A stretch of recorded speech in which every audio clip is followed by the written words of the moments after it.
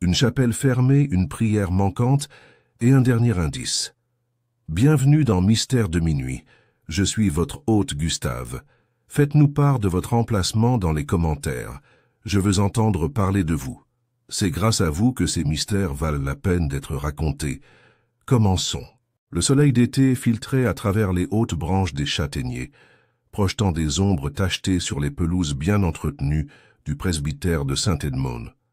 Des banderoles blanches flottaient paresseusement dans la brise, et des tables chargées de génoises, de sandwichs aux concombres sans pépins et de pots de confiture étincelants se dressaient en rangées soignées sous des chapiteaux rayés. C'était de la vie de tous un samedi après-midi tout à fait ordinaire dans le village de Charnwood-in-the-Weald. Miss Jane Marple, célibataire aux moyens indépendants et à la renommée tranquille, se tenait près d'un lit de delphinium, une tasse de thé à la main, engagée dans une conversation polie avec Madame Witherby, dont le principal plaisir dans la vie semblait être de parler des affaires des autres, comme si elles étaient les siennes. La fête annuelle dans le jardin du vicaire était une tradition précieuse à Charnwood, et elle attirait presque tous les résidents importants. Une forte participation cette année, a déclaré Madame Witherby, son ton suggérant une légère déception. Bien sûr, je suppose que cela est dû au retour du révérend Allerton. Vous savez à quel point les villageois réagissent face à un nouveau visage, surtout quand il s'agit du type qui revient. Miss Marple eut un petit sourire complice. Le révérend Allerton est à l'étranger depuis quelques années, n'est-ce pas? Travail missionnaire, je crois? Madame Witherby se pencha plus près. Les Antilles, ma chérie. Je suis revenu avec une toux et un air mystérieux. Il dit qu'il ne restera que jusqu'à ce que Michael revienne de son congé sabbatique, mais... Eh bien, on en parle. Avant que Miss Marple ait pu demander de quel genre de conversation il s'agissait, un cri soudain traversa le bourdonnement, agréable du jardin. Les tasses à thé claquèrent. Le quatuor à cordes tomba dans le silence. C'était Edna Green, la servante à tout faire du vicaire, le visage blanc et essoufflé lorsqu'elle apparut en trébuchant depuis l'allée du cloître qui courait derrière le cimetière. « S'il vous plaît, que quelqu'un vienne vite !» halta-t-elle les mains agrippant son tablier. « C'est le révérend Allerton. Il est... Les mots lui manquèrent alors qu'elle tomba à genoux. Le silence tomba sur la fête comme qu'un rideau tombait. Le révérend Allerton avait été vu quelques instants auparavant, souriant alors qu'il remplissait son assiette de scones. Maintenant, avec une terrible symétrie, les cloches de Saint-Edmond se mirent à sonner, même si aucune main ne tirait sur leurs cordes. En quelques minutes, les invités avaient convergé vers le cloître, attirés comme des papillons par une flamme nue. Là, sous l'ombre du vieil if, gisait le révérend Allerton, à plat sur le dos, les yeux fixés sur les hauts nuages au-dessus. Une légère tache cramoisie tachait le lin blanc de son col. Ses mains, soigneusement croisées sur sa poitrine, semblaient presque dévotionnelles, à l'exception des verres cassés posés à côté de lui et de l'étrange parfum d'amande persistant dans l'air. Le connétable fut convoqué. Les invités murmuraient de détresse et de fascination.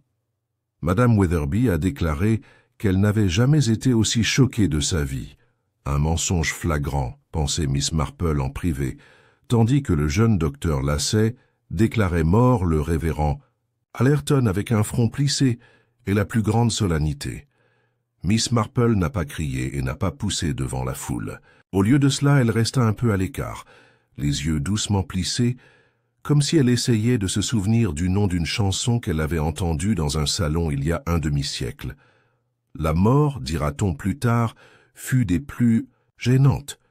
Cela a retardé le tirage au sort et a amené Madame Frobisher à laisser tomber son éponge Victoria.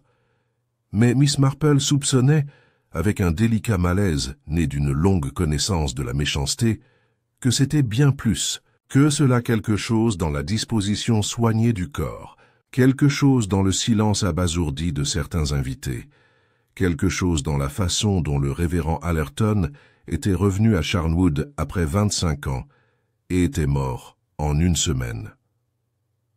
Le lendemain de la fête du presbytère, s'élevait avec le genre de nuages bas et boudeurs qui menacèrent de pleuvoir mais ne livrèrent que de l'humidité. Charnwood in the Weald, habituellement une image de contentement rural, bourdonnait d'une énergie à la fois électrique et troublante. La mort inattendue du révérend Allerton avait perturbé bien plus qu'une simple réunion sociale. Elle avait ébranlé l'illusion de tranquillité que le village gardait si jalousement.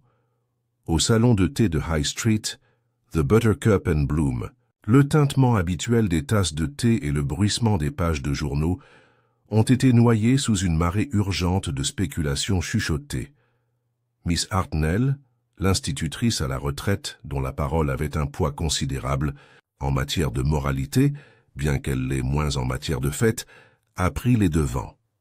« Meurtre » dit-elle fermement en remuant lentement son thé. Il n'y a pas d'autre mot pour cela. Le jeune docteur Lacey a essayé de se cacher, le qualifiant de soudain et préoccupant, mais il avait l'air pâle comme de la craie. Écoutez mes mots, il y a du poison en cause. Cyanure, a sonné Madame Bracegirdle, qui avait lu un roman policier et ne s'était jamais remise de cette expérience. Ça se voit à l'odeur des amandes, je l'ai lu quelque part. Où était-ce dans un de ces magazines? Amandes ne sont pas toujours synonymes de cyanure. Qu'intervint M. Pottle, apiculteur amateur et philosophe à temps partiel. Cela aurait pu être du massepain sur un scone. Le massepain ne tue pas les vicaires, M. Pottle, rétorqua mademoiselle Hartnell. Du coin près de la fenêtre, Miss Marple sirotait tranquillement son thé.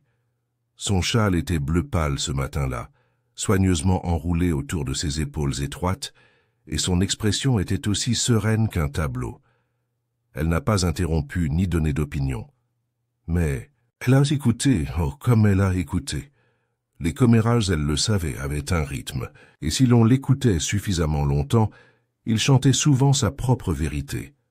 À l'extérieur du salon de thé, l'agent Reeves, qui s'occupait habituellement des vols de vélos, des chiens perdus et des troubles domestiques occasionnels, faisait les 100 pas devant la porte de l'église, ne sachant pas s'il devait garder les lieux ou simplement être vu en train de la garder. À l'intérieur du presbytère, le corps du révérend Allerton avait été déplacé sur ordre du coroner, mais le souvenir de l'endroit où il était tombé persistait comme l'odeur de moisi du vieux cloître. Le mot « officiel », tel qu'il était, est venu de l'inspecteur Craddock de la police du comté, arrivé de Market Basing juste après midi. C'était un homme grand, à l'air fatigué, qui avait tendance à se frotter l'arête du nez lorsqu'il était agacé, ce qui arrivait souvent. Miss Marple le connaissait un peu, un homme compétent, avait-elle dit un jour, mais un peu trop, friand de conclusions.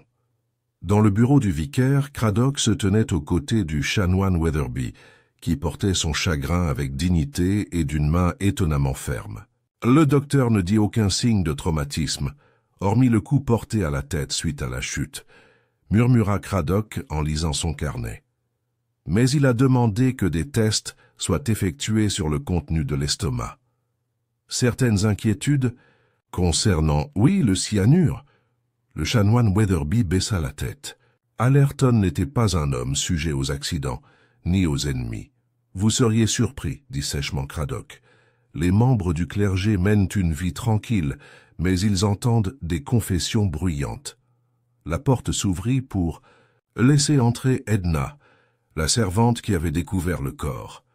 Son tablier était fraîchement repassé, mais ses yeux étaient encore enflés à force de pleurer. Craddock la fit asseoir doucement. « Maintenant, Miss Green, dit-il, dites-nous exactement ce que vous avez vu. »« J'allais chercher les feuilles de cantique pour demain, » commença-t-elle en se tordant les mains. « Le révérend a dit qu'ils étaient dans la sacristie. J'ai traversé le cloître. Habituellement, personne ne passe par là à part lui.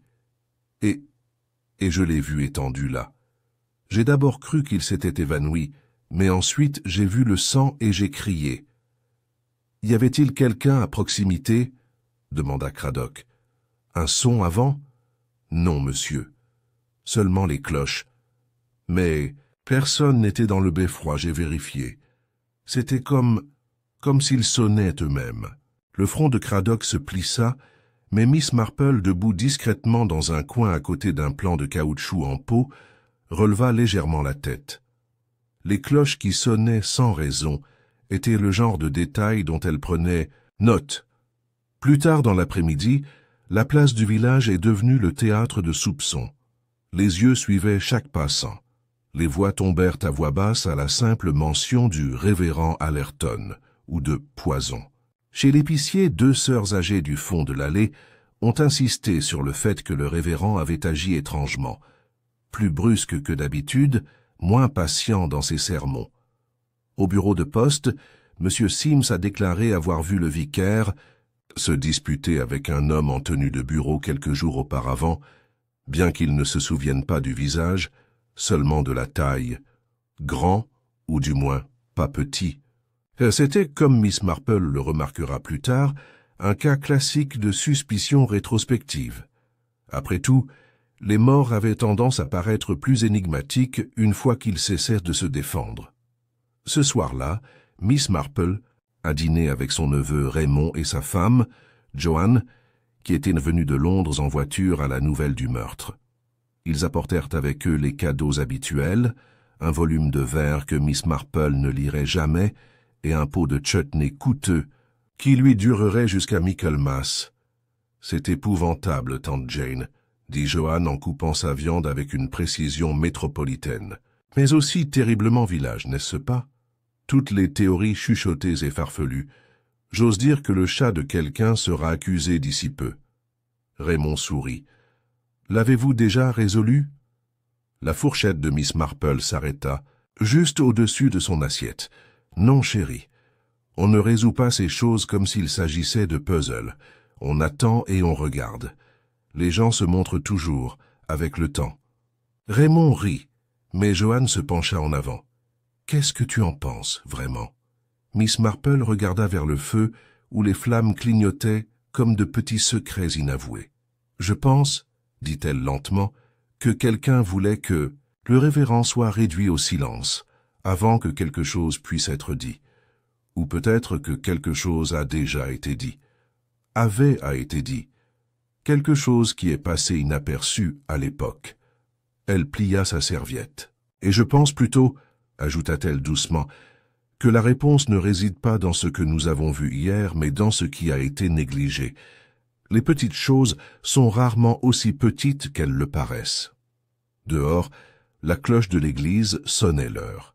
Cette fois, ce n'était pas un bilan fantomatique. Et dans les couloirs calmes du presbytère, quelqu'un, attendait que de mauvais soupçons atterrissent au bon endroit. L'inspecteur Craddock, malgré sa lassitude et son scepticisme croissant quant à la tranquillité rurale, n'était pas homme à précipiter les choses, du moins pas lorsque la presse avait eu vent de l'affaire. Mort lors d'une fête à l'église, faisait la une des journaux juteux, et déjà les journalistes reniflaient autour de Charnwood in the Weald comme des renards près d'un poulailler. Craddock, à son honneur, a choisi la prudence plutôt que la performance. Son quartier général, temporaire, avait été installé dans le modeste bureau du presbytère, qui portait encore de légères traces de la présence du révérend Allerton. Une Bible usée en voyage, des gravures botaniques sur le mur et un vieux globe qui grinçait lorsqu'on le tournait. Craddock était maintenant assis derrière le bureau avec une cafetière de café rassis, examinant le dossier croissant avec un mélange de curiosité et d'irritation. Il n'y avait aucune empreinte digitale, aucun témoin utile, et, pour l'instant, aucun mobile apparent. Juste un clerc mort et une douzaine d'impressions éparses et incohérentes de sa dernière semaine. « Vous ne trouvez pas cela très simple, n'est-ce pas ?» dit une voix depuis la porte. Il leva les yeux et trouva Miss Marple debout, aussi calme que si elle était venue emprunter un livre de jardinage. Craddock parvint à afficher un sourire fatigué. « J'aurais dû me douter que vous finiriez par arriver. » Miss Marple. Elle entra légèrement dans la pièce. « Il est plutôt difficile de rester à l'écart de son propre presbytère, inspecteur. » Il désigna une chaise et posa le dossier. « Vous connaissiez Allerton, n'est-ce pas? » « Seulement un peu. Il a quitté Charnwood bien avant que je m'installe ici. Mais je l'ai rencontré à la fête assez brièvement. Un homme très calme. Il semblait pensif. Un peu distrait. Craddock se pencha en arrière, les mains derrière la tête. Distrait. C'est la deuxième fois que j'entends ce mot utilisé à son sujet. Pensez-vous qu'il s'inquiétait de quelque chose? Miss Marple pencha la tête. Peut-être. Ou peut-être qu'il avait vu quelque chose qui le dérangeait. Vous voulez dire, il soupçonnait que quelqu'un pourrait lui faire du mal? Pas nécessairement.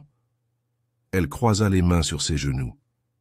Mais on ne retourne pas dans un village après 25 ans sans raison. Surtout dans un village comme Charnwood. Craddock haussa un sourcil. Vous pensez qu'il y avait quelque chose ici qu'il devait résoudre? Je ne pense pas, dit agréablement Miss Marple. Pas encore. Je merveille. Craddock émit un rire qui ressemblait à un rire, mais pas tout à fait. Eh bien, si vous entendez de bonnes rumeurs, faites-les circuler. J'ai tout un village de suspects, dont aucun ne semble avoir de raison de commettre un meurtre. Miss Marple se leva. Oh, mais c'est juste ça, inspecteur. Dans les villages, tout le monde a toujours quelques raisons. Il s'agit simplement de savoir quelles raisons sont dangereuses. Plus tard dans la journée, Miss Marple a rendu visite à l'église elle-même. Elle marchait lentement dans la nef de Saint Edmund, ses doigts traînant légèrement le long du bord de chaque banc comme pour toucher la mémoire plutôt que le bois. Elle s'arrêta devant l'autel, puis se tourna et regarda le beffroi. Les cloches avaient sonné juste avant que le révérend Allerton ne soit retrouvé mort. Edna avait juré qu'il n'y avait personne là-haut. Et pourtant, le sacristain, un homme timide nommé M. Blenkins, sortit de la sacristie avec un sourire prudent. « Oh, Miss Marple, je ne vous ai pas entendu entrer. J'espère que je ne dérange pas, » dit-elle doucement. « J'admirais la tour. Est-ce que vous entretenez vous-même les cloches? Moi et le jeune Charlie Twig principalement, même s'il est parti avec un mauvais pied, pauvre garçon. » Elle s'approcha un peu plus du pied des escaliers du beffroi. « Dites-moi, Monsieur Blenkins, les cordes de la cloche sont-elles sécurisées? Pourrait-elle se détacher d'elle-même? » Il cligna des yeux. « Bon Dieu, non. Chacun est attaché. Il ne peut pas bouger à moins que quelqu'un ne le tire correctement. »« Pourquoi ?» Miss Marple sourit faiblement. « Curiosité, Monsieur Blenkins. Purement curiosité. » Pendant ce temps, de retour au village, Craddock a mené des entretiens avec les plus proches du regretté révérend Allerton lors de son bref retour. Une de ces personnes était Madame Lydia Clemens, l'organiste de l'Église et une femme à l'apparence méticuleuse et aux opinions morales sévères.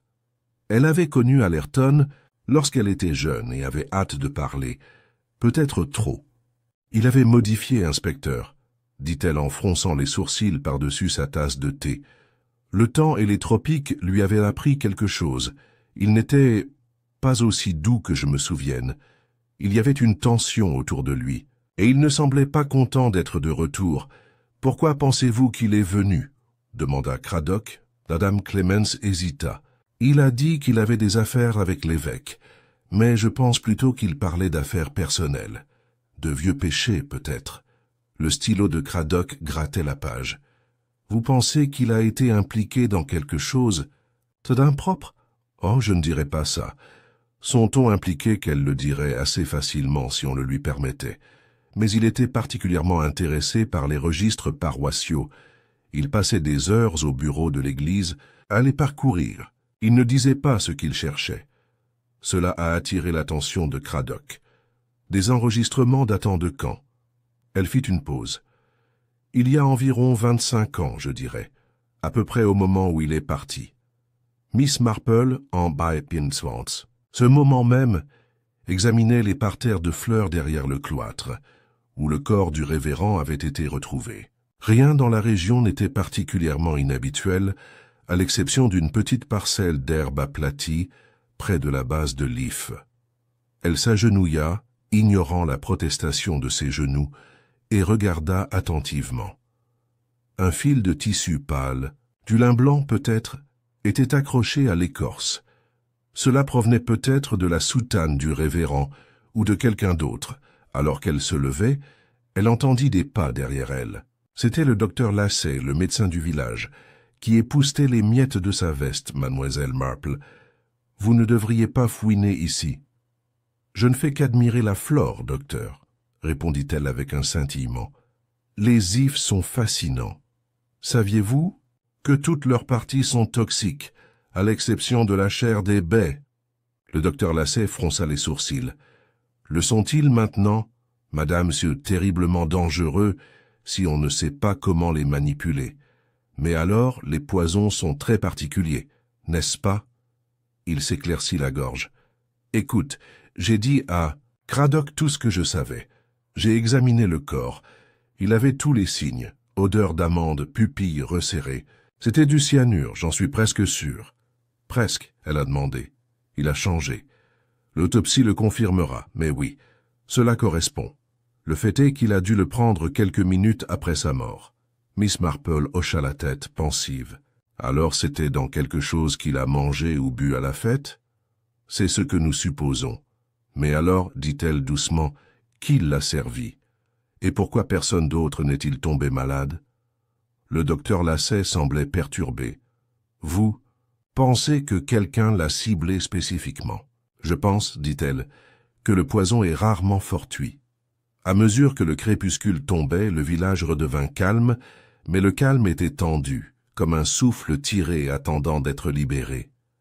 À l'intérieur du presbytère, Craddock a passé en revue les contradictions croissantes, un homme fouillant les vieux registres paroissiaux, un mystérieux visiteur en tenue de bureau et des cloches qui sonnaient lorsque personne ne tirait sur la corde. Et de l'autre côté de la rue, dans son salon, Miss Marple remuait son thé 2 fois dans le sens des aiguilles d'une montre et 1 fois dans le sens inverse, comme elle le faisait toujours lorsqu'elle réfléchissait. Quelque part, parmi les fragments de ragots et les détails négligés, se trouvait un fil conducteur. Elle pouvait le sentir. Elle n'avait qu'à le suivre. Parce que, pensa-t-elle, quelqu'un à Charnwood avait assassiné un homme de Dieu. Et elle doutait fortement que ce soit uniquement pour des raisons terrestres.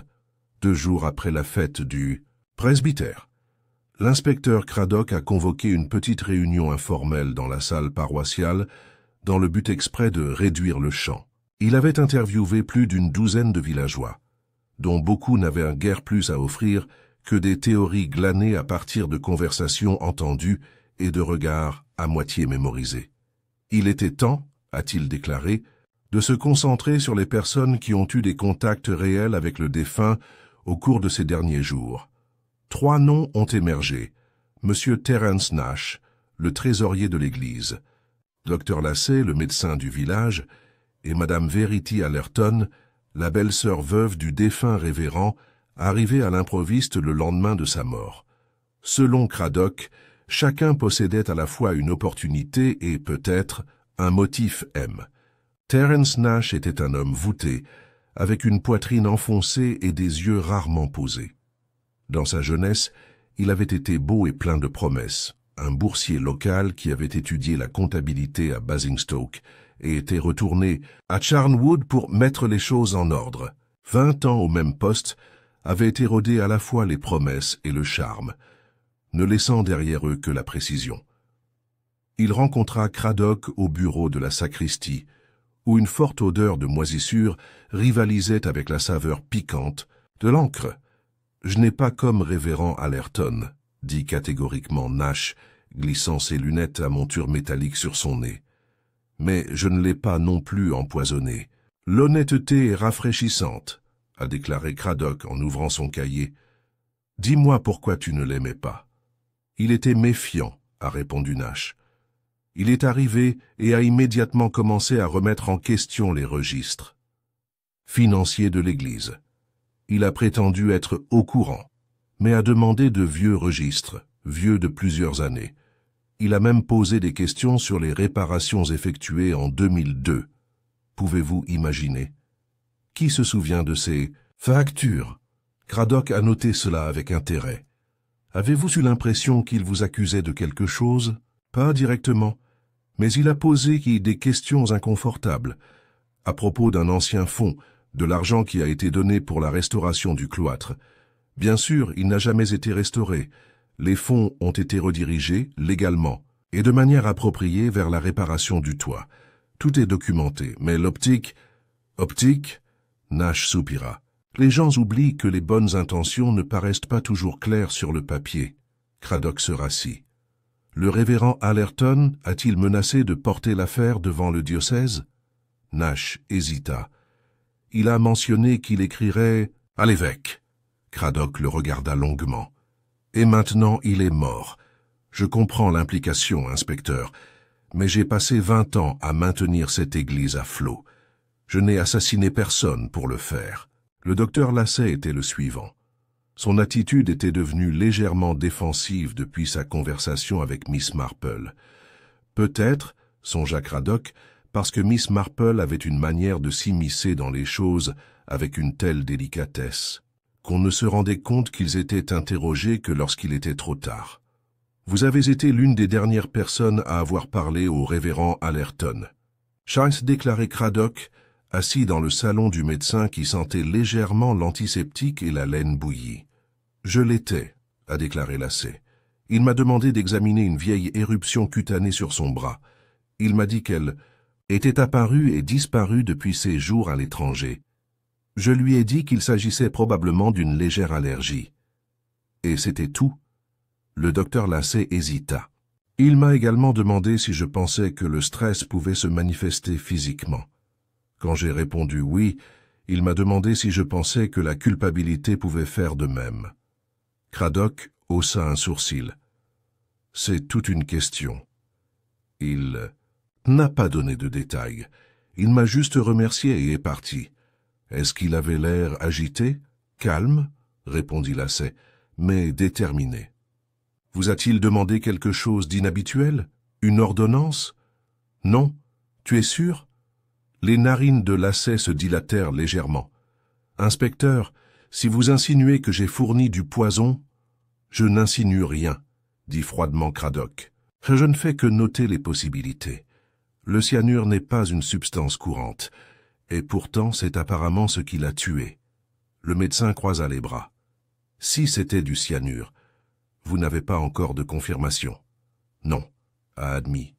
Craddock, mais nous le ferons. Madame Verity Allerton est arrivée dans des circonstances curieuses. Elle n'avait pas été invitée à la fête et personne ne savait qu'elle venait. Son apparence, vêtue d'un manteau gris trop chaud pour le printemps, les cheveux repliés sous une simple cloche, fit sensation à la poste et à l'épicerie, où elle demanda du lait de chèvre et refusa discrètement de répondre à toutes les questions. Miss Marple, naturellement, a décidé de lui téléphoner.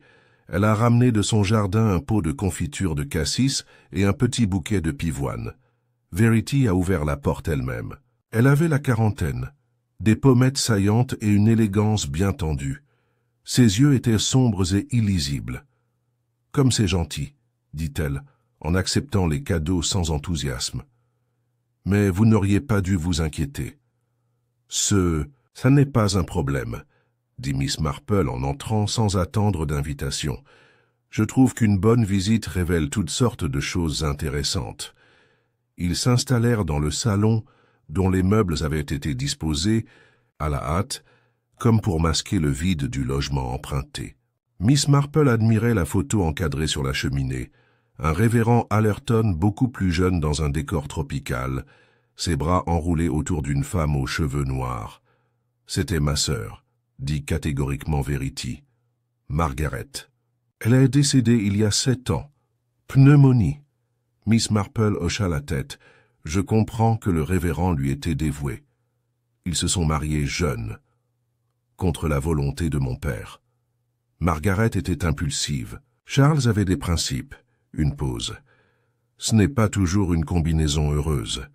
Est-ce que vous et votre beau-frère vous entendiez bien? »« Nous nous sommes tolérés, » a déclaré Verity en versant du thé. « Il m'a écrit récemment. Il m'a dit qu'il rendrait visite à Charnwood. Il n'a pas dit pourquoi. »« Alors tu es venu le voir? »« Je suis venu parce qu'il a mentionné quelque chose qui m'a déstabilisé. Quelque chose d'il y a longtemps. Il a posé des questions sur l'enfant. » Miss Marple cligna des yeux. « Quel enfant ?» Verity la regarda d'un air vif et froid. « Exactement. » Miss Marple ne dit rien, se contentant de siroter son thé. Mais le mot restait dans l'air comme un filet de fumée qui refusait de se dissiper. Ce soir-là, Craddock parcourut ses notes en silence. Nash avait de l'argent à cacher, Lacey avait accès au poison.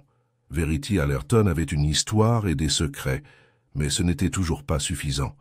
Trop de questions. Pourquoi un homme retournerait-il à Charnwood pour être assassiné quelques jours plus tard? Pourquoi rechercher les anciens registres paroissiaux? Qu'est-ce que les cloches avaient à voir là-dedans? Et qui avait été vu par Sims, le maître de poste, vêtu de robe de bureau, se disputant près du presbytère 2 nuits avant le meurtre? Ce chiffre est resté inexpliqué. Et pourtant Craddock sentait inconfortablement que Miss Marple tirait ses propres conclusions, conclusions fondées non pas sur des faits, mais sur l'intuition. En effet, dans son propre salon, Miss Marple était assise devant un feu qui se transformait doucement en braise, les aiguilles à tricoter claquant doucement. Elle avait écrit 3 noms sur une carte, chacun suivi d'un point d'interrogation. Puis elle en ajouta un 4e. L'intérêt soudain du révérend Allerton pour les archives du cloître. Un enfant jamais évoqué. Des cloches qui sonnaient toutes seules. Un visiteur en col de bureau. Ses yeux se plissèrent légèrement. Quelque chose était dissimulé, mais pas seulement un crime, une histoire. Une vérité assez ancienne pour prendre la poussière et assez dangereuse pour laquelle on peut tuer. Elle ne le dirait pas encore. Mais le village commençait à se révéler. Et quand les gens commencent à parler, Miss Marple le sait mieux que quiconque. Ils en disent souvent plus qu'ils ne le pensent. Mercredi matin, le soleil était revenu sur Charnwood-in-the-Weald, projetant une brume dorée sur les haies et les chalets. Mais même la chaleur ne parvenait pas à dissiper le malaise persistant. Il flottait dans le village comme une brume matinale, présent même lorsqu'on ne le voit pas. Miss Marple se rendait à l'église lorsqu'elle rencontra le jeune Charlie Twigg, boitant légèrement mais déterminé, un balai à la main se dirigeant lentement vers la sacristie. Déjà de retour au travail, elle a demandé avec un sourire. Charlie lui fit un signe de tête penaud. « Je ne peux pas rester assis éternellement, Miss Marple. Monsieur Blenkins dit que l'endroit est en désordre après la fête, et la mort du révérend. Eh bien, cela ne me semble pas bien, l'église dans cet état. Vous êtes très consciencieux, » Charlie rougit. « Eh bien, c'est tout ce que j'ai, n'est-ce pas? Pas comme si j'étais intelligent comme certains. »« Oh, je ne dirais pas ça, » répondit doucement Miss Marple. « Souvent, ceux qui remarquent des choses que d'autres négligents sont les plus observateurs. » Charlie sourit, embarrassé, et Boitilla, elle, le regarda partir, puis continua son chemin sur le chemin de gravier, s'arrêtant de nouveau près du cloître. Ses yeux se tournèrent vers l'herbe aplatie sous l'if, encore légèrement meurtrie par les pas quelques jours auparavant. Elle a noté que même si la majeure partie de la zone avait été perturbée par l'agitation, la bordure extérieure de l'herbe, derrière un petit mur de pierre, restait étrangement intacte. Quelque chose à ce sujet la frappa. Elle fit le tour du mur, remarquant la façon dont le lierre rampait sur ses côtés. Et puis elle l'a vu, un bouton, petit, noir et mat. Il gisait niché dans l'herbe près du mur, à moitié caché sous une aiguille d'if tombée. Elle se pencha lentement, le récupérant entre ses doigts gantés. C'était le genre de bouton qu'on pouvait trouver sur une soutane ou un gros manteau de laine, porté avec une légère égratignure sur sa surface. Miss Marple l'a placé dans son réticule sans un mot. Pendant ce temps, l'inspecteur Craddock avait enfin reçu les résultats préliminaires du coroner. « Cyanure », a-t-il dit au docteur Lacey lors de l'opération en déposant le rapport sur le bureau. Assez pour tuer un homme en quelques minutes, aucun doute là-dessus maintenant. Le docteur Lacey pâlit légèrement. A-t-il été ingéré? Oui. Des traces trouvées dans son estomac, mais aucun résidu dans sa tasse de thé et personne d'autre n'est tombé malade. Cela exclut les rafraîchissements généraux. Le médecin se rassit, les sourcils froncés. Alors ça doit être quelque chose de spécifique, quelque chose qu'il a pris lui-même, ou quelque chose qui lui a glissé tranquillement. comme une friandise apportée par un visiteur, a déclaré Craddock avec insistance, ou quelque chose qui s'est passé dans une conversation et que personne n'a remarqué. Le docteur Lacey hésita. Tu penses toujours que c'est quelqu'un du coin? Je pense que quelqu'un savait exactement ce qu'il faisait. Il se leva et attrapa son manteau. Dites-moi, docteur, avez-vous déjà rencontré des boutons de soutane comme celui-ci? Il sortit de sa poche un bouton identique récupéré sur les vêtements du révérend lors de l'autopsie. Porté. Rayé. Le docteur Lacey l'a regardé et a hoché la tête. Ils sont courants. La plupart des fournisseurs de bureaux les utilisent. Je crois que ceux du révérend Allerton venaient de Holman & Black. Craddock partit un instant plus tard avec un froncement de sourcils profondément gravé sur le visage. 2 boutons identiques, mais un seul a été pris en compte. Cet après-midi-là, Miss Marple a appelé Madame Witherby. Le salon de la femme plus âgée était une débauche de motifs floraux, de napperons rigides et d'une odeur enivrante de cirage à meubles à la lavande. « Oh, ma chérie, » dit Madame Witherby, à bout de souffle en versant du thé, « je suis si heureux tu es venue. J'ai été assez hors de moi avec les spéculations. » Miss Marple, confortablement assise avec son tricot à côté d'elle, fit un signe de tête bénin. « Je me demande, » a poursuivi Madame Witherby, « si cette pauvre Verity Allerton ne pourrait pas être impliquée. Elle a toujours été un peu bizarre. Elle garde trop de choses pour elle. » « Elle est venue soudainement, » a reconnu Miss Marple, « même si cela ne prouve pas grand-chose en soi. »« Et il y a cette histoire avec l'enfant, » murmura Madame Witherby, les yeux écarquillés. « Avez-vous entendu? Il semblerait que le révérend ait posé des questions sur un enfant avant sa mort. Quel genre d'homme fait cela, sinon un homme qui a des secrets ?» Miss Marple sirota lentement son thé. Les secrets ont tendance à être d'autant plus dangereux qu'ils restent tacites longtemps. Madame Witherby se pencha. « Et je vais vous dire autre chose. Quelqu'un a vu des lumières allumées dans l'église la nuit avant la fête. Tard, très tard. Mais il n'y avait aucun service programmé. Que ferait un homme d'étoffe à la sacristie à minuit? C'est curieux, approuva Miss Marple. Qui a remarqué les lumières? Oh, la jeune Emily Clay. Elle vit en face. Elle allait un terrier malade. Elle jure qu'elle a vu quelqu'un bouger, une grande silhouette en robe sombre. Miss Marple posa sa tasse de thé avec un doux choqué. Maintenant, c'est intéressant. Au crépuscule, l'indice du bouton avait pris plus de poids. Miss Marple retourna dans son salon et ouvrit un petit coffre en bois d'où elle sortit un catalogue de tailleurs de bureau datant de près d'une décennie. Ses doigts feuilletèrent jusqu'à ce qu'elle trouve une correspondance. Holman & Black, soutane modèle 3C. Serge de laine noire, col traditionnel, devant à 5 boutons. Chaque soutane était accompagnée d'un jeu de boutons de rechange, rangés dans la poche intérieure de la poitrine. Ce qui signifiait que si celui de la scène de crime s'était détaché, l'autre devait venir d'une autre soutane, entièrement. Et il y avait eu récemment 2 personnes en tenue de bureau, le révérend Allerton et le personnage non identifié repéré par Sims près du presbytère jeudi. Peut-être la même personne vue dans l'église par Emily Clay, 2 soutanes, 2 jeux de boutons. Et maintenant, 2 hommes d'étoffe.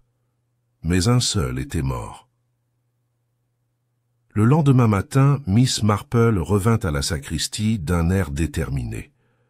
M. Blenkins était à l'intérieur, en train de cataloguer les vêtements, et a à peine remarqué son entrée.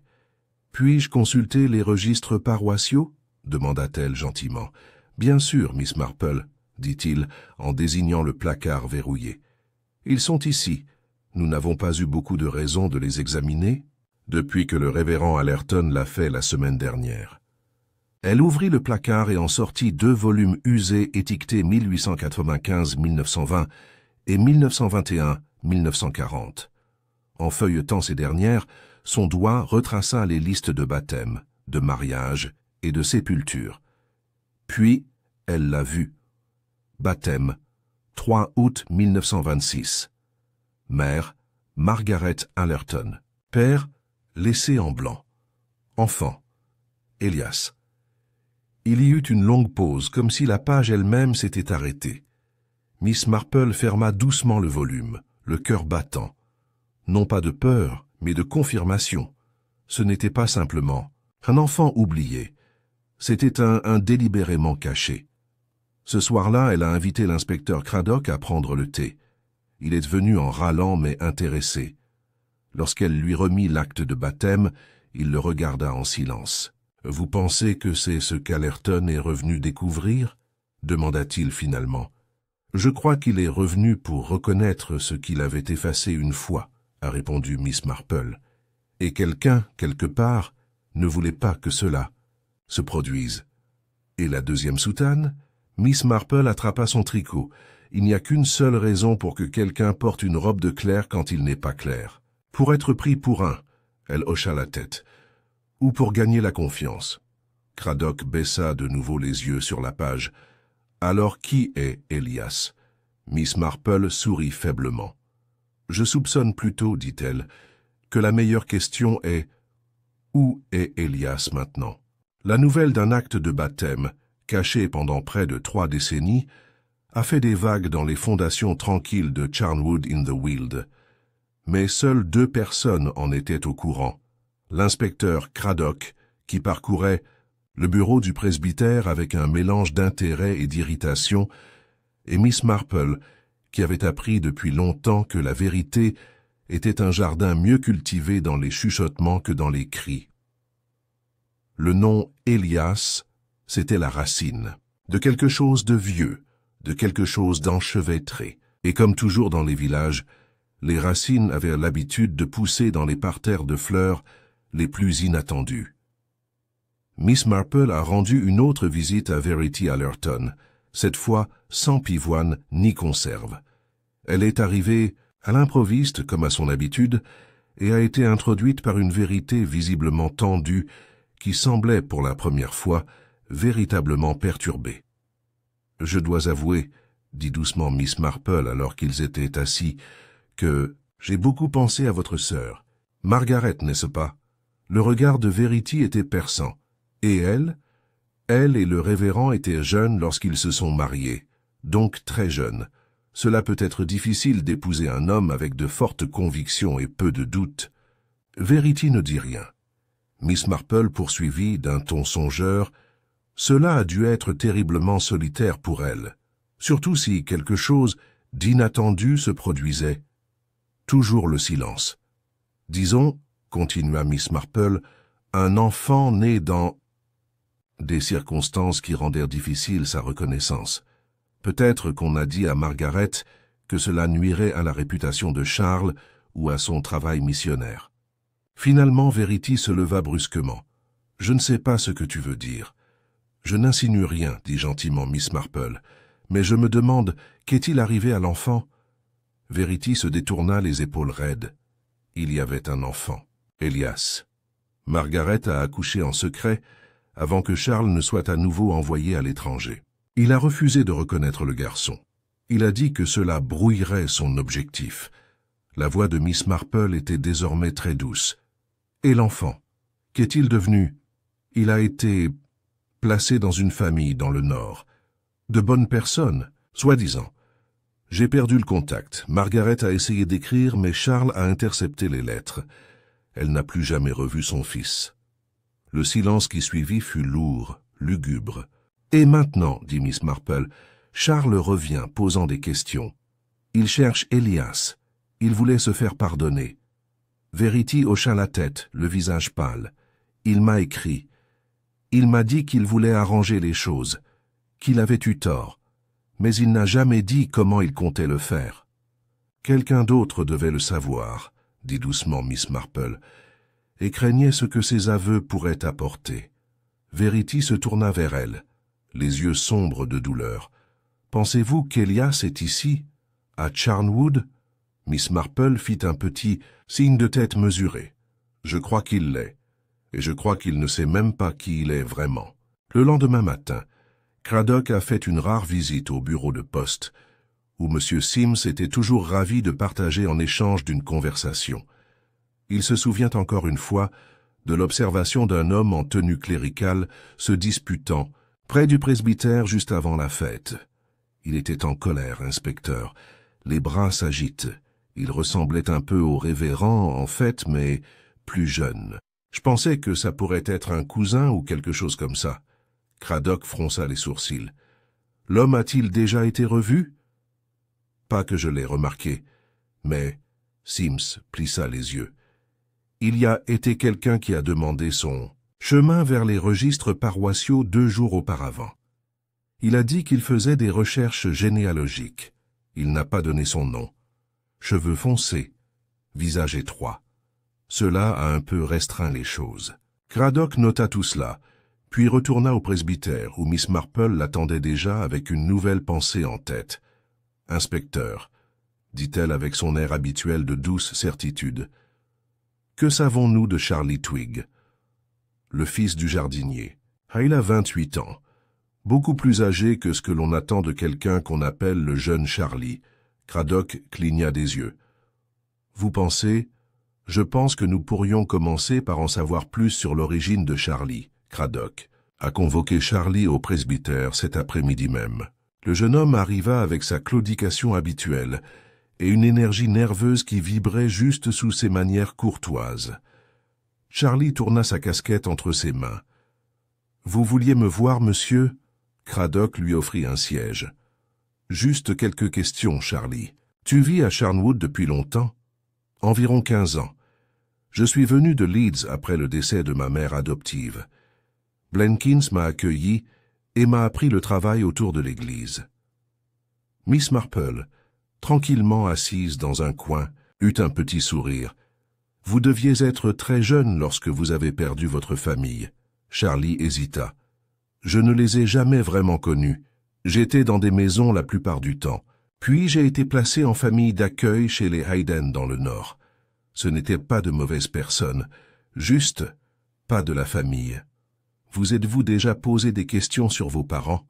demanda Craddock. « Bien sûr, » dit doucement Charlie. « Mais il n'y a aucun enregistrement.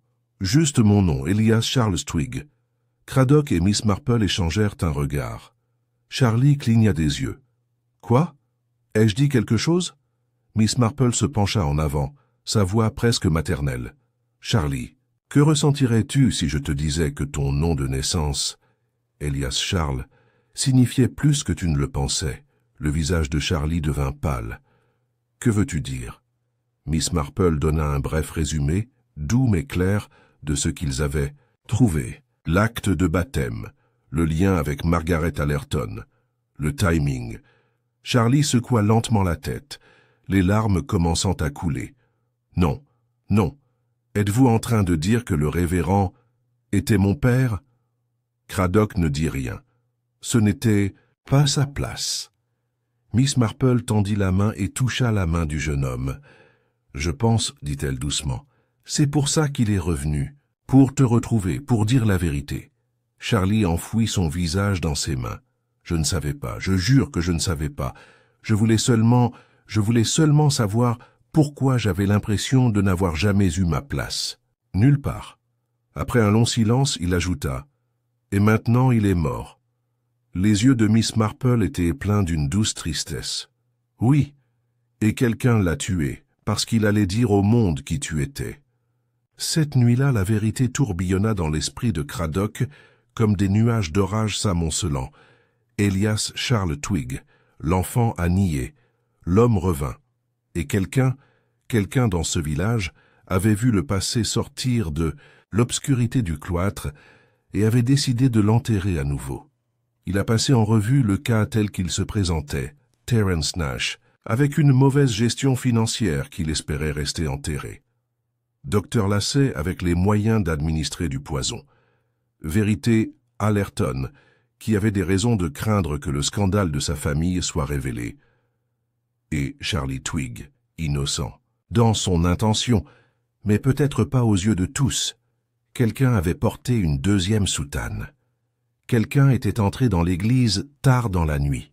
Quelqu'un s'était assuré que les cloches sonnaient, peut-être pour distraire. Mais OMS s'était-il assuré que le révérend Allerton ne disait jamais la vérité? Et dans l'intimité de son salon, Miss Marple fouilla une fois de plus dans son réticule.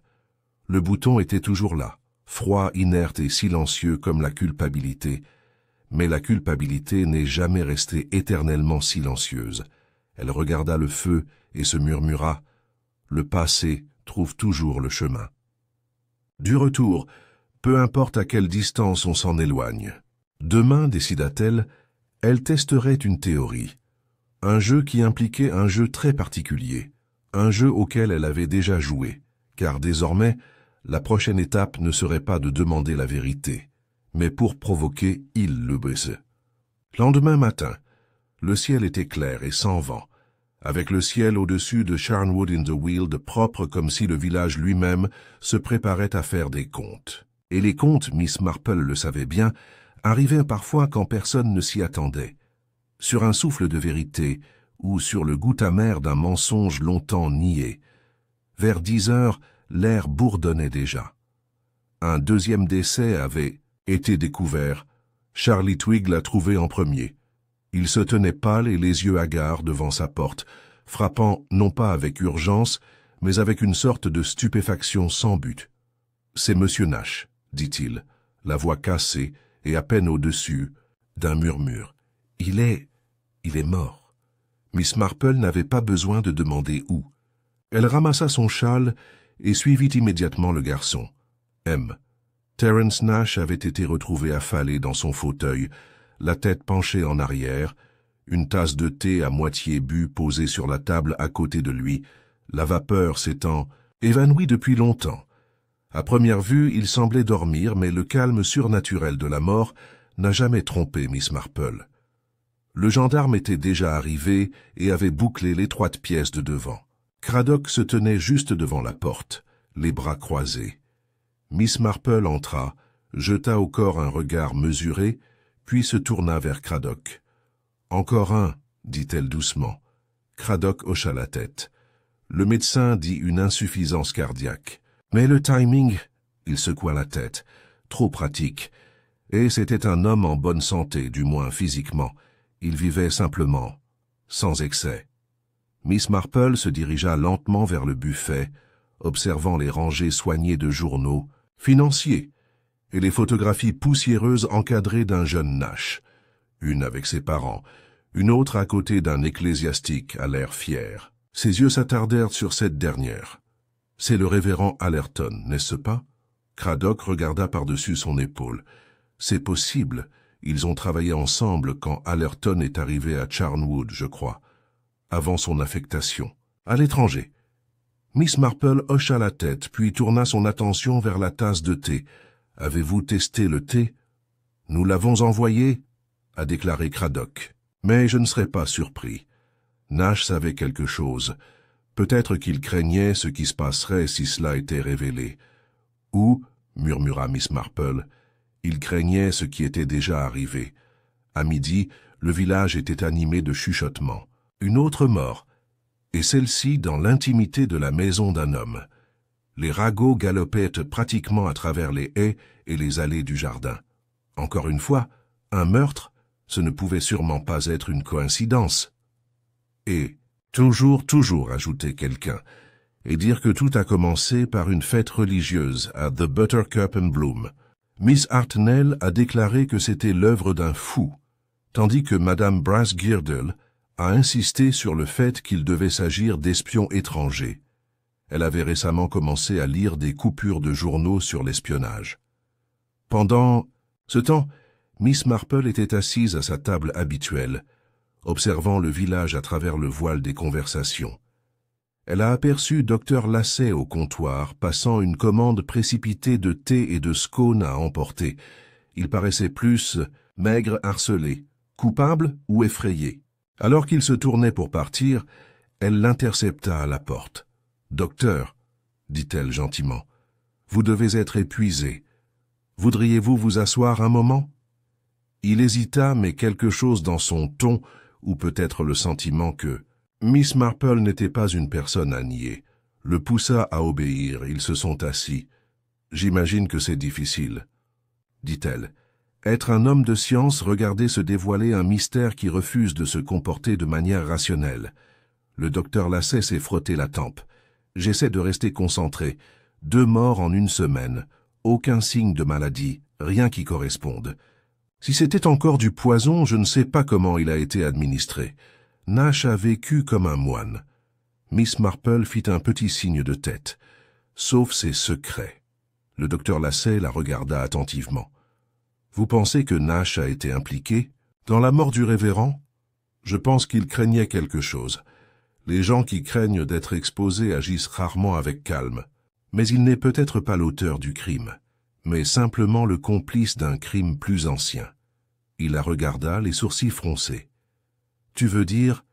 La voix de Miss Marple baissa. « Je veux dire, docteur, qu'il y a des péchés d'action et des péchés de silence. Et parfois le silence est ce qui tue. » De retour au presbytère, l'inspecteur Craddock examina le contenu du bureau de Nash. Il y avait des dossiers, des budgets de réparation d'église, des transferts financiers datant de 15 ans auparavant, quelques lettres personnelles.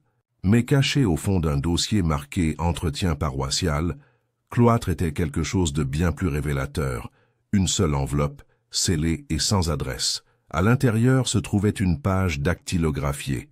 J'étais là ce soir-là. Je ne l'ai pas arrêté même si j'aurais pu. Je n'ai pas parlé lorsque l'argent a été utilisé à mauvais escient ou lorsque le nom de l'enfant a été effacé. Mais je savais. J'ai toujours su. Charles est revenu pour dire la vérité. J'aurais dû l'aider. J'ai échoué. Ce n'était pas signé. Mais Craddock n'avait pas besoin de signature. Il le regarda longuement en silence, puis plia soigneusement le papier et le plaça dans une enveloppe pour preuve. Lorsque Miss Marple arriva, il le lui tendit sans un mot. Elle le lut, puis ferma les yeux un instant. Il voulait l'absolution, et à la place, il a obtenu à nouveau le silence. Craddock la regarda. « Et maintenant, nous avons tendu un piège, dit-elle doucement, et nous attendons. » Ce soir-là, Miss Marple a organisé une réunion impromptue dans son salon.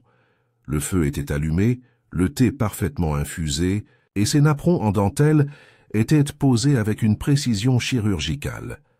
Ses invités comprenaient le docteur Lacey, Verity Allerton, Charlie Twigg et, à la demande spécifique de Miss Marple, M. Blenkins, le sacristain de l'église. « Pardonnez à cette assemblée peu orthodoxe, dit-elle avec entrain, mais j'ai pensé qu'il était temps que nous partagions tous ce que nous savons. Après tout, nous avons perdu non pas un, mais 2 hommes d'État en autant de jours. » Un silence tomba sur la pièce. Blenkins toussa maladroitement. Verity sirota son thé avec les mains raides.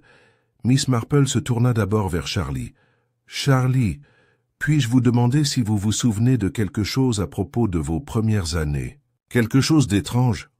Une visite peut-être d'un homme dont vous réalisez maintenant qu'il aurait pu être le révérend? » Charlie fronça les sourcils. « Je me souviens qu'une personne de grande taille m'a rendu visite une fois quand j'étais très jeune.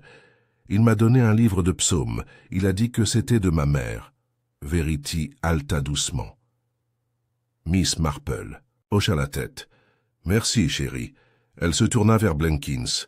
« Vous êtes à l'église depuis plus longtemps que la plupart des autres. Vous avez accueilli Charlie quand il est venu du Nord. Pourquoi ?» Blenkins bougea inconfortablement. « On me l'a demandé. Une lettre est arrivée, non signée. Elle disait qu'un garçon allait arriver, ayant besoin de travail, d'un abri. Il disait qu'il avait des relations ici. De qui? Je ne sais pas. Mais un don est également arrivé, discrètement. De quoi entretenir l'église pendant des années. » Miss Marple regarda autour de la pièce. « Alors vous voyez, tout le monde ici a une partie de la vérité. Mais personne n'a vu la totalité. » Elle a placé un noir bouton de soutane sur la table. Cela a été trouvé derrière le mur du cloître. Pas dans la robe du révérend Allerton, pourrais-je ajouter. D'un autre. Quelqu'un l'a porté pour se faire passer pour lui. Quelqu'un qui ne voulait pas être vu tel qu'il était vraiment. Elle regarda le docteur Lacey. Le docteur se figea. « Que proposez-vous » dit-il fermement. « Je ne suggère rien, dit-elle doucement. Je suis demandé « Pourquoi avez-vous été vu entrer dans l'église tard dans la nuit habillé en ecclésiastique ?» Je n'étais pas... » Il s'arrêta. Les yeux de Miss Marple ne clignèrent pas. « Vous avez porté la robe pour récupérer quelque chose dans les archives. Peut-être la page de baptême. Peut-être la note de Don. Peut-être les deux. Mais vous ne saviez pas que quelqu'un d'autre serait là. » Le docteur Lacey se leva brusquement. « Vous n'avez aucune preuve. »« Pas encore, dit-elle. Mais je m'attends à ce que nous trouvions des traces de cyanure dans le thé de Nash, administré avec une précision clinique. » Tout le monde se tourna pour regarder. Lacey pâlit, ses lèvres entr'ouvertes, mais le regard de Miss Marple ne faiblit jamais. Vous aviez peur de ce que le révérend Allerton allait révéler. Vous aviez peur de ce que Nash pourrait avouer. Et le pire de tout, vous aviez peur de ce qui se passerait quand Charlie découvert qui il était vraiment. Craddock s'avança, la main posée sur sa carte de mandat. Lacey regarda Charlie, puis Verity et enfin Miss Marple. Et puis il a dit catégoriquement « Vous êtes tous des imbéciles ». Le silence qui suivit la vive explosion du docteur Lacey était tendu comme une corde à piano. Dans le salon de Miss Marple, les visages rassemblés, Verity pâle de compréhension naissante, Charlie les yeux écarquillés d'incrédulité, Craddock, tendu par l'empressement, était tourné vers le médecin, dont les mains serraient les poings à ses côtés. « Je ne sais pas ce que vous pensez que j'ai fait, » dit Lacey à voix basse, « mais je ne resterai pas ici et je ne serai pas jugé par les ragots du village et les théâtres de l'heure du thé. » Miss Marple, toujours assise, lissa doucement la frange de son châle. « Ce n'est pas un jugement, docteur, » dit-elle doucement. « C'est une opportunité. » « Une opportunité pour quoi ? Pour que la vérité éclate avant qu'elle ne soit traînée. » Les narines de Lacey se dilatèrent, mais il ne répondit pas. Continua Miss Marple d'une voix douce mais empreinte d'acier. « Vous voyez, lorsque vous êtes revenu à Charnwood en tant que jeune médecin, vous êtes arrivé dans un village chargé d'histoire dont vous ne connaissiez rien. Du moins, c'est ce que vous avez prétendu. Mais en vérité, vous aviez trouvé quelque chose, une lettre peut-être, ou une photographie. Quelque chose qui révélait qui vous étiez, qui était votre vrai père. » Les yeux de Craddock se sont aiguisés. Vous dites... Miss Marple hocha la tête. « Je crois que le docteur Lacey n'est pas seulement le médecin du village. Je crois qu'il est aussi Elias Charles, né de Margaret Allerton, et laissé derrière elle lorsque le révérend est parti pour le travail missionnaire. Mais contrairement à Charlie Twigg, dont nous savons maintenant qu'il a été mal identifié à dessein, le docteur Lacey a eu l'opportunité et l'intelligence de découvrir son passé. » Lacey resta immobile. « Vous avez été envoyé dans une famille près de Leeds après votre naissance, » dit calmement Miss Marple. « Vous avez étudié la médecine, avez fait quelque chose de vous-même, et puis, des années plus tard, vous avez découvert un nom, peut-être dans un document caché par vos parents adoptifs. Ce nom vous a amené ici. »« Je ne l'ai pas tué, » dit doucement Lacey. « Je suis venu chercher des réponses. »« Ce qu'il ne donnerait pas, » dit Miss Marple en l'observant attentivement. « Pas comme vous l'espériez, parce qu'il n'était pas prêt à vous donner la validation que vous vouliez. Il est venu reconnaître un enfant, mais pas toi, spécifiquement, là. » Mâchoire de Lacey se tendit, parce qu'il ne se souvenait même pas de qui d'entre nous il s'agissait. Verity haleta, main dans la bouche. Il savait, a ajouté Lacey, la voix creuse. Il savait qu'il y avait deux garçons placés dans le même foyer à Leeds, l'un vraiment à lui, l'autre pas.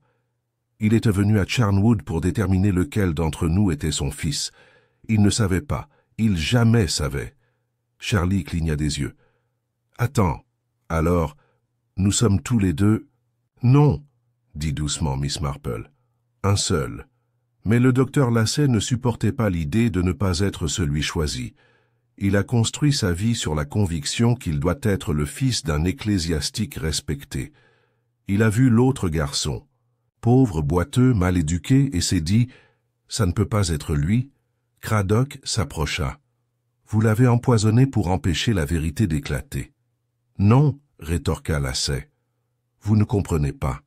Je voulais seulement les actes. Je pensais que si je pouvais trouver l'inscription du baptême, je le ferais. Savoir. Mais Nash, il m'a confronté. Il avait vu les documents. J'ai essayé de le raisonner. Il a refusé d'écouter. Vous lui avez rendu visite la nuit de... Sa mort, dit doucement Miss Marple. Il portait des gants. Il a glissé le poison dans son thé, juste assez pour ressembler à un effondrement naturel. Vous aviez répété cette partie. Comment le doser sans laisser de traces? Je n'avais pas le choix, a déclaré Lacey. Il allait chez l'évêque. Et le révérend Allerton? Demanda froidement Craddock.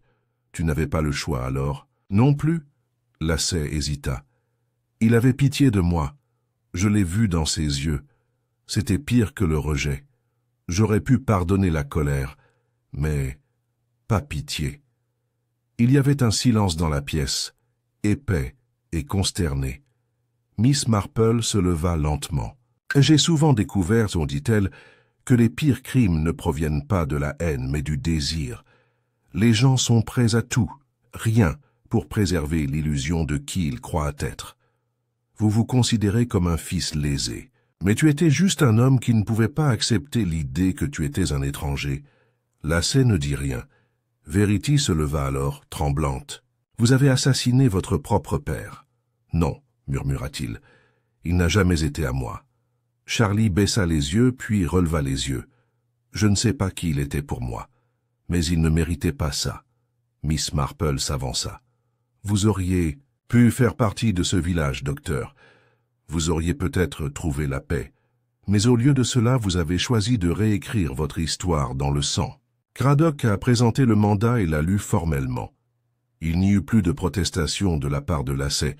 Il sortit flanqué de Craddock et du constable, la tête baissée, son manteau effleurant les rosiers de Miss Marple sur son passage. Plus tard dans la soirée, Miss Marple était assise seule près de sa cheminée. Une pelote de laine grise et douce se déroulant doucement à ses pieds. L'affaire était terminée. Mais le village a été changé. Les funérailles du révérend Allerton avaient été tranquillement organisées pour la semaine suivante. Son corps serait enterré dans le cimetière qu'il avait autrefois servi. Pas de grands mots, pas d'éloges. Funèbre de l'évêque, seulement quelques personnes en deuil et une tombe à côté de celle de Margaret. Craddock s'était arrêté avant de partir pour la gare. « Eh bien, c'était l'un de vos pièges psychologiques les plus impressionnants, » avait-il dit sans vraiment plaisanter. « Vous le lisez comme un livre d'histoire. Cela n'a jamais été difficile, » a-t-elle répondu. « Tant d'hommes s'enveloppent dans des identités empruntées. Ils prennent toujours soin d'organiser les faits. Mais ils oublient. La nature humaine refuse d'être programmée. Et le bouton, délibérément abandonné, a-t-elle déclaré. Je soupçonne qu'il portait la soutane cette nuit-là pour se faufiler inaperçu. Mais c'est la peur. Et non la confiance qui l'a rendu maladroit. Craddock avait ri. Je ne sous-estimerai plus jamais un bouton d'église. Charlie Twigg lui a rendu visite juste avant la tombée de la nuit. Je ne sais toujours pas qui je suis vraiment, a-t-il déclaré. Mais j'ai l'impression que je ne suis plus perdu. Miss Marple lui tapota la main. « Tu es celui que tu choisis d'être, Charlie. Pas ce qui est écrit dans un livre d'église. C'est la leçon que ton père n'a jamais apprise. » Il hocha la tête, puis ajouta avec un léger sourire, « J'ai demandé à M. Blenkins si je pouvais prendre en charge une partie du travail paroissial. J'aimerais rester, peut-être étudier la théologie un jour. » « Je pense que cela lui plairait, » dit-elle doucement. À la fin, les cloches de Saint-Edmond sonnèrent une fois, alors que l'heure passait. Pas de mystère cette fois-ci. Juste le vieux M. Blenkins testant les ficelles du métier avant dimanche. Miss Marple se leva et tira les rideaux. Le ciel était devenu d'un violet sombre, l'air frais avec la promesse de paix. Elle regarda une fois de plus la note de Nash, désormais scellée dans une enveloppe adressée à l'évêque. Elle veillerait à ce qu'il soit livré. La vérité aussi méritait sa place, et Miss Marple, toujours calme, retourna à son tricot et au silence de son salon bien rangé, son esprit déjà tourné vers les arrangements du lendemain, la taille, du jardin peut-être, ou le dîner avec Madame Weatherby qui aurait sûrement dû le faire. Beaucoup réflexions sur toute cette affaire. Mais pour ce soir, le mystère était clos. Et Charnwood dormait, sinon profondément, du moins sachant que justice avait été rendue, non pas par la force ni par la fureur, mais par une observation tranquille et la lumière inébranlable de la vérité. Le village de Charnwood-in-the-Weald avait recommencé à se peupler. Le silence curieux qui suit toujours le scandale planait dans les haies, sur les bancs, dans le doux silence des sentiers où personne ne marchait plus seul. Les gens baissaient encore la voix en passant devant le presbytère. Les têtes se tournaient encore à la vue de Charlie Twigg. Mais les ragots commençaient à dériver vers d'autres sujets, des pétunias qui fleurissaient tardivement, une vache capricieuse trouvée dans le potager de Madame Carmichael. Comme Miss Marple le disait toujours, à la campagne, même un meurtre doit finalement céder la place à des nouvelles saisonnières. Et pourtant, elle le savait. Tout n'était pas encore terminé. Le docteur Lacey avait été arrêté et Craddock rédigeait déjà son rapport au chef de la police. Mais un aspect démangeait encore l'esprit de Miss Marple comme un fil mal tiré. L'affaire des cloches. Pourquoi avait-il appelé quelques instants avant que la mort du révérend ne soit découverte? Elle n'avait pas oublié l'histoire d'Edna, ni l'affirmation d'Emily Clay selon laquelle quelqu'un s'était déplacé dans l'église la veille de la fête. Ce n'était pas des embellissements, c'était anomalie. Et les anomalies, d'après l'expérience de Miss Marple, n'étaient jamais involontaires. Elle est donc retournée une fois de plus à l'église. C'était jeudi, et le sanctuaire était calme, à l'exception du faible bruit des abeilles, bourdonnant, près des vitraux. Monsieur Blenkins époussetait les cantiques, debout sur un petit tabouret et fredonnait un vieil air wesleyen. « Vous travaillez dur, Monsieur Blenkins, » le salua-t-elle. « Oh, Miss Marple. » Il descendit prudemment. « Les lieux doivent être maintenus en ordre. Nous ne pouvons pas laisser la mort mettre un terme à la décence. »« Non, en effet, » dit-elle avec approbation. « Je me demandais, pourrais-je monter au beffroi ?» Il cligna des yeux. « Ce n'est pas l'endroit le plus sûr, madame. Escaliers étroits, un peu branlants. Je ferai attention. » Avec un haussement d'épaules résigné, il alla chercher la clé. La montée était raide, mais Miss Marple la franchit avec une détermination minutieuse, une main toujours sur le rail de bois usé. L'air devenait plus frais à mesure qu'elle montait, plus poussiéreux, empli de l'odeur des vieilles cordes et des oiseaux nicheurs. Lorsqu'elle atteignit la petite plateforme, elle remarqua les cloches, de grandes cloches en bronze qui servaient encore de pierre tombale, et puis elle la vut. L'une des cordes de la cloche, qui n'était plus attachée au barreau comme d'habitude, était enroulée autour d'un clou au niveau du sol, nouée de telle manière qu'un petit remorqueur, même par accident, pouvait faire osciller la cloche. Comme un fil-piège, pensa-t-elle. Quelqu'un l'avait truqué.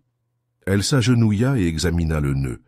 C'était simple, pratique, le genre de nœud que l'on peut apprendre en scoutisme ou en manipulant des cordes nautiques ou peut-être en servant dans l'armée.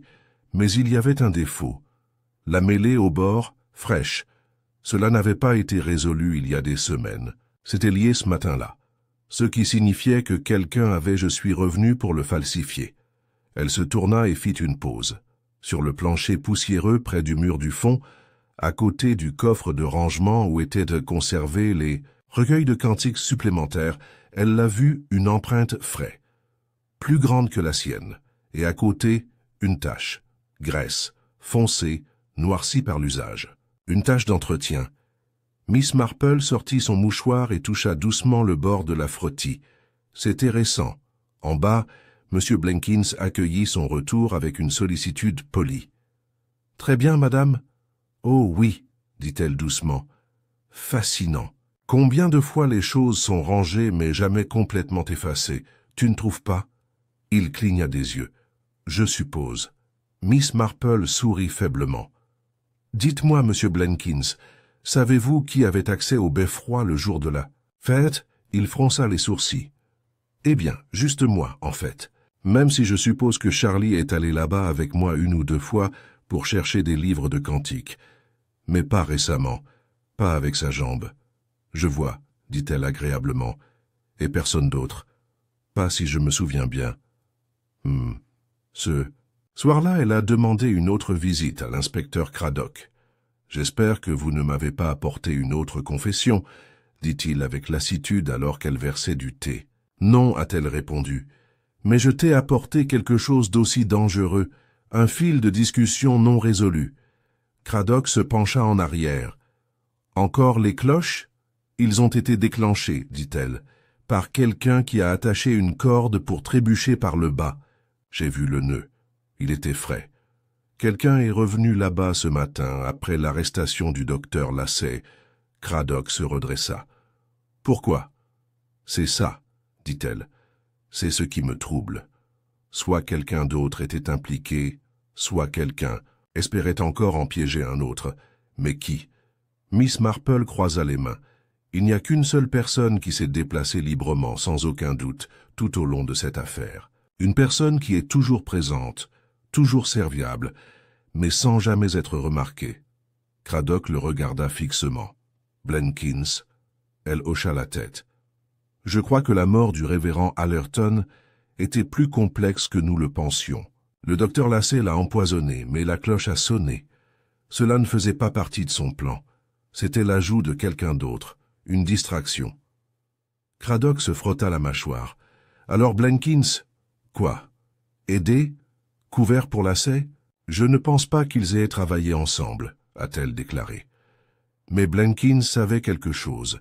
Peut-être a-t-il vu ce qu'il ne devrait pas faire. Peut-être soupçonnait-il qui était réellement Charlie.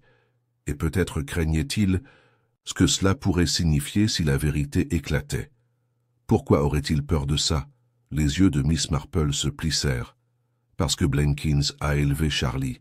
Il l'a nourri, l'a hébergé. Il l'aimait à sa manière.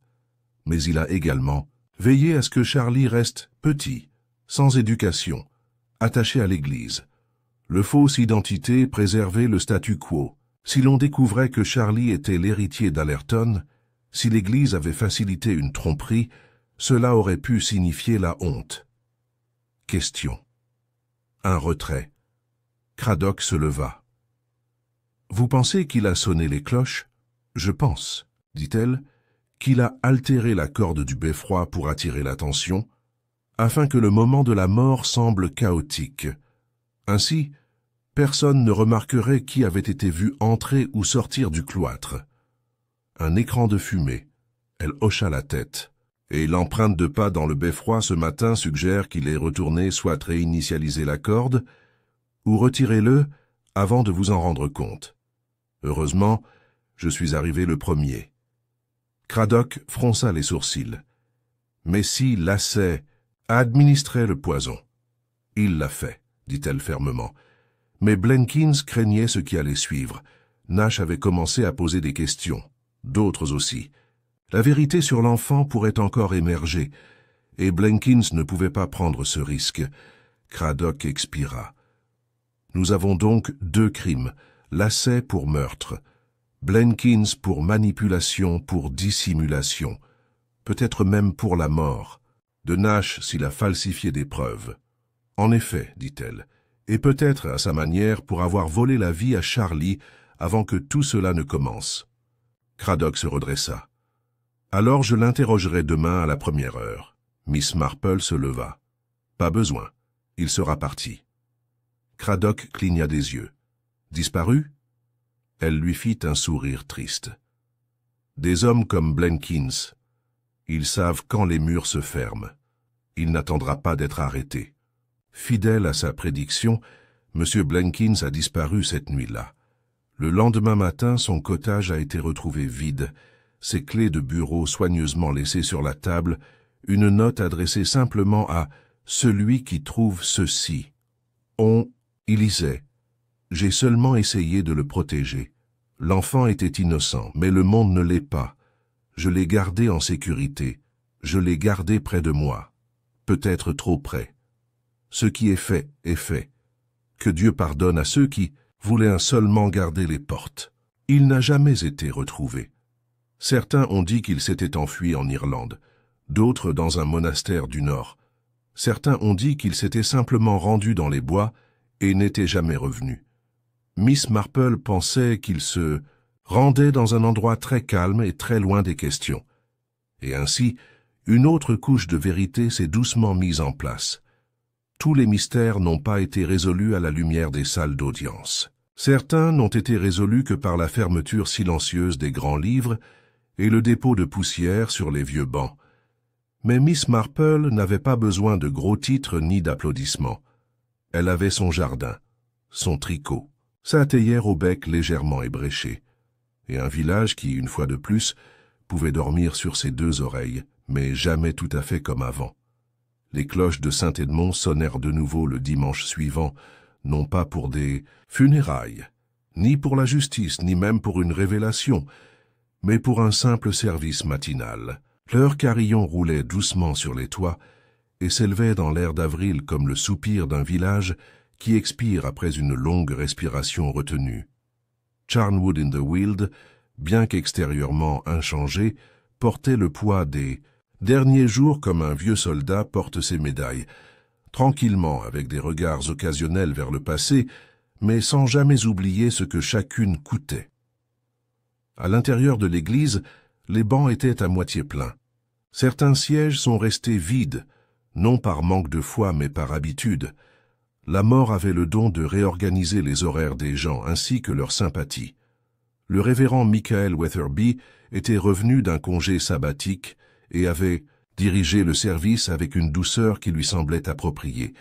Pas de grandes déclarations, juste le rythme régulier des Écritures et le parfum chaleureux et familier de la cire à bois et des lys.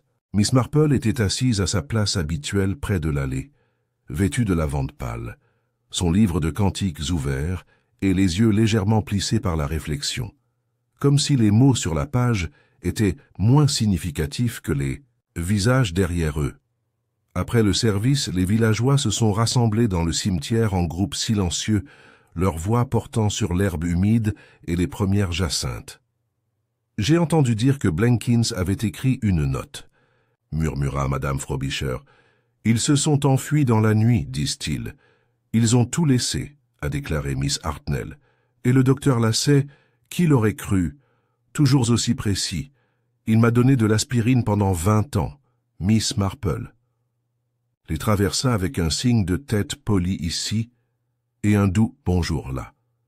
Les commérages, à leur manière particulière, étaient un rituel de guérison, une tentative de recadrer la tragédie en anecdote. Charlie Twigg se tenait près du mur du cloître, les mains dans les poches de son manteau, regardant vers la porte de l'église. Il paraissait plus âgé maintenant, pensa Miss Marple, non pas de corps mais de maintien. Le garçon qui boitait autrefois derrière le curé, un balai à la main, était maintenant un homme à la croisée des chemins. Il s'approcha lentement. D'elle, « Ils m'ont demandé de rester, » a-t-il déclaré. « Aider M. Weatherby autour de l'église. Il dit que j'ai une attitude naturelle avec les paroissiens. »« Oui, » dit chaleureusement Miss Marple. « Vous écoutez. C'est rare et précieux. » Charlie sourit faiblement. « On dit que je pourrais commencer une formation formelle, suivre des études théologiques appropriées. C'est une belle voie.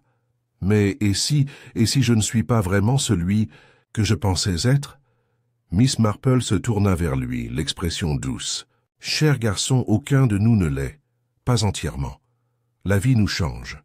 Nous nous éloignons des étiquettes de naissance et devenons les personnes que nous devenons par choix. Vous êtes celui que vous choisissez d'être, pas celui que quelqu'un n'a pas revendiqué. » Les yeux de Charlie brillaient d'une émotion inexprimée. « Je n'ai jamais eu l'occasion de lui demander, » dit-il doucement, « s'il savait, s'il s'en souciait. » Miss Marple fouilla dans son sac à main et en sortit un morceau de papier plié. « J'ai trouvé ceci parmi les effets personnels du révérend, » dit-elle. « Il était destiné à vous. Je crois qu'il avait l'intention de vous le donner lui-même. » Prit le papier avec des mains tremblantes et l'ouvrit et lit. « Je ne sais pas ce que je mérite. Peut-être rien. Mais je veux que tu saches qu'il ne se passait pas un jour sans que ton nom fasse écho dans mes pensées. J'étais faible. J'ai enterré mon passé sous les Écritures et le devoir. Mais tu n'es pas un secret pour moi. Tu es un fils. Pardonne-moi si tu peux. Californie. Charlie plia lentement le message et hocha la tête une fois, comme si le monde avait enfin pris une forme qu'il pouvait porter. Cet après-midi-là, le village reprit son calme. Madame Witherby a recommencé à offrir ses thés du mardi, Miss Hartnell a corrigé les élèves avec une vigueur morale renouvelée, et même Buttercup. Fenbloom a jugé bon de retirer son service de biscuits sur le thème du meurtre. La vie, comme toujours, avançait, avec une certaine raideur dans son pas, mais non sans grâce. Au presbytère, le révérend Witherby et Verity Allerton étaient assis dans la véranda. Elle avait choisi de rester à Charnwood, du moins pour le moment, et avait pris la tête du modeste fonds caritatif de l'église. Sa froide formalité s'était adoucie. Une ou deux fois on l'avait même vu rire, un événement si rare que M. Sims fouillait dans son carnet de courrier. Craddock avait écrit à Miss Marple peu de temps après son retour à Market Basing. Comme toujours, votre perspicacité étonne. Un de ces jours, je vous enverrai simplement chercher dès que quelque chose arrive et m'éviterai des ennuis. Pourtant, je l'admets, vous aviez raison, à chaque étape. 2 tueurs, 2 vérités, et un pauvre village pour les supporters. Tous les 2. Miss Marple rangea la lettre dans le tiroir de son bureau, à côté d'un brin d'if pressé, et du bouton de soutane noire qui avait tout déclenché. C'était une soirée tranquille lorsqu'elle s'assit enfin pour réfléchir. Son jardin avait été récemment aménagé, et les oiseaux commençaient leur chœur crépusculaire. Elle sirotait lentement son thé, un châle posé sur ses genoux, et ne considérait pas les crimes, ceux-ci étaient refermés, mais les gens qui s'en allaient dans leur sillage. Le docteur Lasset, Elias, comme il l'avait été autrefois, serait jugé. Elle ne savait pas quelle sentence serait prononcée, mais elle doutait qu'elle lui apporte la paix. Il avait cherché une identité, une validation, et n'avait trouvé que du vide derrière le masque qu'il avait choisi. M. Blenkins ne serait probablement jamais revu, mais lui aussi avait été un gardien du mensonge, pas par cruauté mais par peur. À sa manière discrète, il avait préservé un mensonge parce qu'il croyait qu'il protégeait un garçon qu'il aimait. Peut-être avait-il même aimé le mensonge plus que le garçon lui-même. Et puis il y avait le révérend Allerton, un homme entaché de faiblesse, racheté seulement dans la dernière heure par son désir d'affronter le passé. Un clerc cloîtré, non pas par des murs de pierre, mais par la honte. En fin de compte, son péché n'était pas l'enfant qui l'avait abandonné, mais le silence auquel il s'était accroché après. Miss Marple posa sa tasse et attrapa son tricot. Un foulard. Pour une boîte de charité à North Ledbury. Laine bleue douce. Point simple. Au fur et à mesure que ses aiguilles bougeaient, son esprit dérivait, non pas avec un malaise, mais avec une douce réflexion. Elle avait dit un jour que la méchanceté, comme la mauvaise herbe, poussait plus fort là où les gens étaient trop polis pour la regarder. Mais maintenant, elle voyait aussi autre chose. La vérité est comme un jardin. S'il est négligé, il s'étouffera de sauvagerie. Si on en prend soin, il peut encore fleurir, mais jamais sans cicatrice. Les cloches de l'église sonnèrent. De nouveau, 6 heures. Et au loin, un garçon et un prêtre en formation marchaient côte à côte vers l'église, leurs silhouettes rétro-éclairées par la lumière douce et indulgente du soir. Miss Marple sourit intérieurement. Charnwood in the Weald, pour l'instant, était en paix. Et la paix, pensait-elle, valait le prix de la connaissance.